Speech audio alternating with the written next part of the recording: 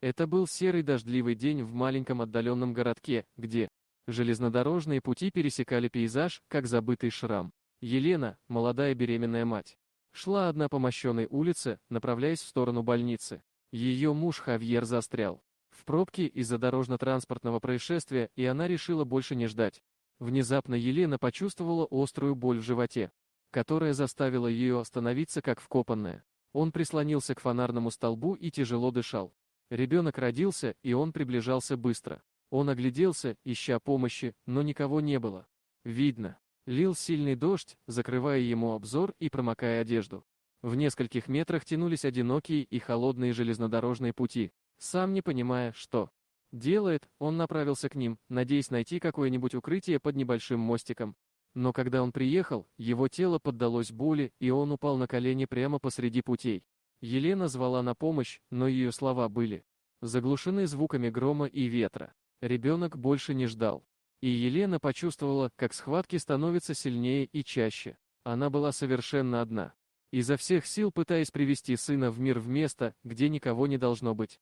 Тем временем на ближайшей железнодорожной станции машинист приближающегося поезда получил штормовое предупреждение и в качестве меры предосторожности замедлил ход.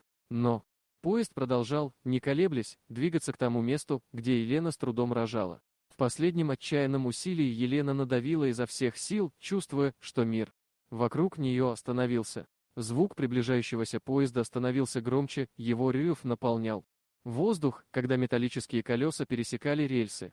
Как раз в тот момент, когда поезд завернул за поворот, Елена родила сына, маленького, хрупкого ребенка, который издал крик, поглощенный дождем. Измученная и почти без сил, Елена подняла глаза, увидев огни быстро приближающегося поезда. Времени не было, и она знала, что не сможет двигаться достаточно быстро, чтобы убежать. С сыном на руках она закрыла глаза, ожидая неизбежного.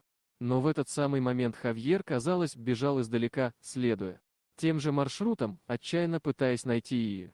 Увидев Елену на путях, он, не раздумывая ни секунды, бросился к ней, достигнув ее как раз в тот момент, когда огни поезда стали слепить.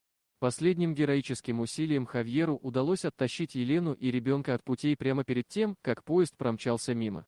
Его оглушительный рев наполнил воздух, когда колеса проехали в нескольких дюймах от их тел. Поезд продолжал свой путь, не обращая внимания на только что произошедшую драму. Елена, дрожащая и измученная, посмотрела на мужа, а затем на маленького ребенка у нее на руках, который теперь был в безопасности. Они оба обняли друг друга, слезы смешивались с дождем, зная, что они пережили нечто невероятное.